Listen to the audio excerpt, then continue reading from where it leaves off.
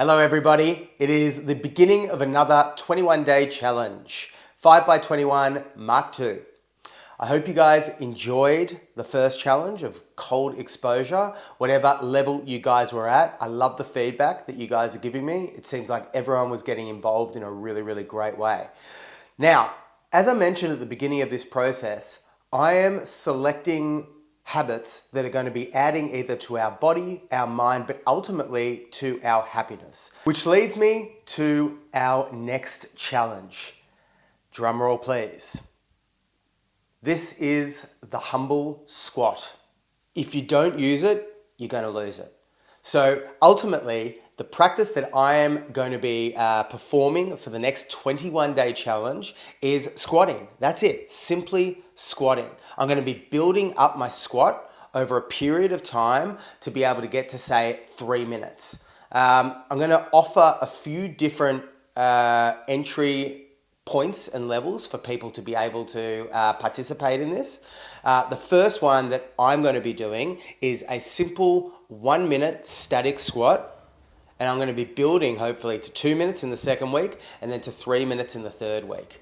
The first variation, instead of getting into a deep squat, is to be able to sit down on a chair. So you want your hips at about knee height and then standing straight back up again. Allow yourself to lower down for about 2 seconds and then coming up. So lowering down on that 2-second eccentric phase and then coming back up again. If you feel comfortable with that, then what you can do is lower the height of that chair to something a little bit lower. If you have an ottoman or one of your kids' baby chairs, that's perfect because you can get those hips even lower past your knees. And then if you are feeling comfortable with that squatting progress, what you can do is you can remove the chair completely and feel comfortable in just that full range squat, down and back up again. Down and back up again. Now, a couple of notes about the foot positioning of your squats. When it comes to this squat, I want you to think about putting your feet, ideal position, straight forwards.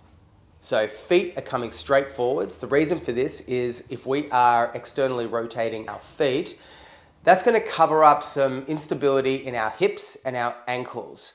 Something I'm really aware of. I know I have unstable ankles.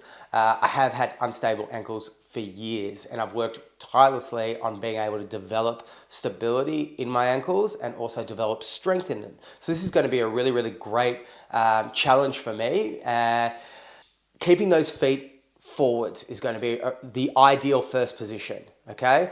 Now, if you're struggling to maintain a squat position with those feet forwards, you can raise your heels ever so slightly off of the ground while still keeping your feet forward. If you're still struggling with this, you can then externally rotate your toes outwards.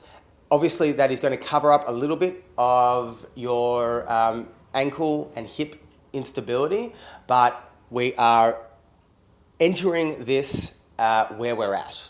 We're not looking at doing something that we're not capable of. We're looking at doing something that we can progress upon where we're at. And then it's simply using that 1 minute rule. And guys, if you're at a point where you're struggling to sit down on a chair and stand up again without pain, sit down on a chair and stand up twice the first day. Then do it 4 times the second day. Then do it 6 times the third day, so on and so forth until you get comfortable getting to 20 reps. Then you lower the chair again and you continue on. Last note I want to talk about is your back position. You don't need to have your back perfectly straight. We are working in an unloaded position and the idea is to be able to expose your hips, your knees and your ankles to as much range of motion as we possibly can. So the ideal positioning is to get that ass down to grass. That's getting those hips as far down as you possibly can. Now, very few people are going to be able to do this, especially office workers and people that are seated at desks, myself included. So this is something that I'm really looking forward to. It's something that is going to be such a simple and powerful revelation for so many people, and realizing that we can achieve so much in under 3 minutes a day being able to do this. So I'm pumped for this.